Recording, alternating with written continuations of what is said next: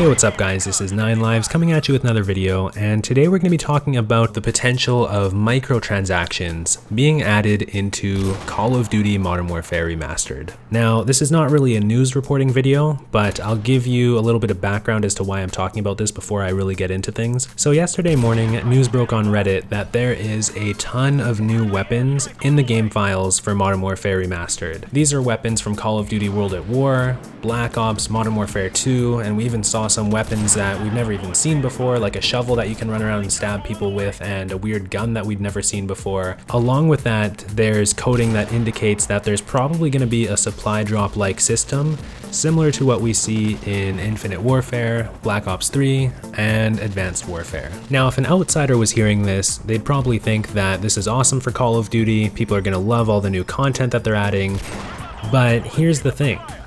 The response from the community has been overwhelmingly negative, and I totally understand this too, because people are legitimately concerned that Activision is going to totally butcher the implementation of these microtransactions. Because if we look at previous Call of Duty titles, or even the most recent Call of Duty title, Infinite Warfare, they've added pay-to-win elements into these games. And honestly, I think that's part of the reason why the idea of a remastered Call of Duty 4 has been so appealing to so many people, and so many Call of Duty players have come back to the game paying $80 American for the special Legacy Edition of Infinite Warfare so they can get Modern Warfare Remastered along with it, because currently Modern Warfare Remastered is not sold separately. These players dishing out the extra cash for Modern Warfare Remastered wanted to be taken back to a more simple time, when there was boots on the ground, and when there was no microtransactions and pay to win in Call of Duty games, because this is a major difference between Call of Duty 4 and the new Call of Duty games that we have today.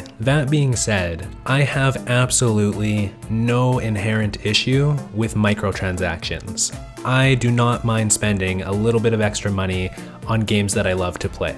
And I've spent way too much money actually on Counter-Strike Global Offensive. I love what they've done with skins. I really have a thing for the rare skins that you don't see every day, and I just have to have them. But what's different between the microtransactions in Counter-Strike Global Offensive and Call of Duty games nowadays is in Counter-Strike Global Offensive, the microtransactions are strictly for cosmetic purposes. They only affect the way that your gun looks. It's basically a different gun camo.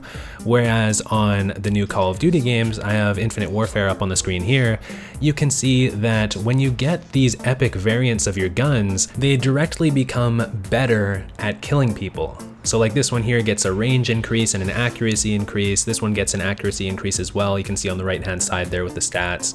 This next one has a damage increase and an accuracy increase, and basically, this is just the worst possible implementation of microtransactions. I should mention, if you hadn't heard yet, it looks like they are going to be adding CP or COD points to this game. They accidentally put the image up on the PlayStation Store a little bit too early, like a few days ago. They've since taken it down from the PlayStation Store because I guess they weren't ready to release it yet, but we've also seen images of the CP logo in the game, so to me it seems like it's pretty set in stone, but I mean, it's not too surprising as they've done this with the previous games as well. And I think ultimately a lot of the player base, and particularly the hardcore Call of Duty fans that have been with the series for years, and personally I've been playing since like Call of Duty 3 I think was my first Call of Duty game ever, they see this as a little bit of an abomination, you know, because this is very different from the Call of Duty that they fell in love with. And again, this is why I believe so many people were so interested in the idea of Modern Warfare Remastered, because it's going back to the roots of what defined Call of Duty for them. And now seeing that this is potentially being added into Modern Warfare Remastered, that is why we're seeing so much pushback. And you can see that pushback. I mentioned it at the beginning of this video that it wasn't being very well received, but I'll put some snippets on the screen now, going over to the original Reddit post. Just overwhelmingly negative feedback and players that are worried about the implementation of this into their game. You can see this on the Charlie Intel repost of the Reddit post. And if you go to the comment sections there, same thing, people are upset about this. If you go to the comment sections of YouTube videos talking about this topic, you're going to see the exact same type of responses. And a very, very important thing to keep in mind here is that these responses are not coming from Call of Duty haters. These responses are coming from hardcore Call of Duty fans. The type of fans that sit there on Reddit and read about Call of Duty all day and talk about it on the forums there. The type of people who follow Charlie Intel, the website that reports on Call of Duty related news every day. The type of people who are watching YouTube videos about Call of Duty and leaving comments. So they're clearly not just haters that are trying to bring the game down. These are people that seriously care about the game and they want to see it do well. They're following the game on online forums and in videos, and they want to watch content about the game, and just by observing their behavior, you can tell that they're hardcore fans of the game. Yet they're terrified at the concept that there may be microtransactions implemented into Modern Warfare Remastered because they don't trust Activision to do a good job with it and implement this in a fair and balanced way that will not be pay to win. And that's kind of sad, especially because this is a remastered version of a game that originally came out in 2007. So you're not even just getting the hardcore Call of Duty fans, you're getting hardcore fans of the series who've stuck with the series for a long time and played some of the original games that made Call of Duty essentially what it is.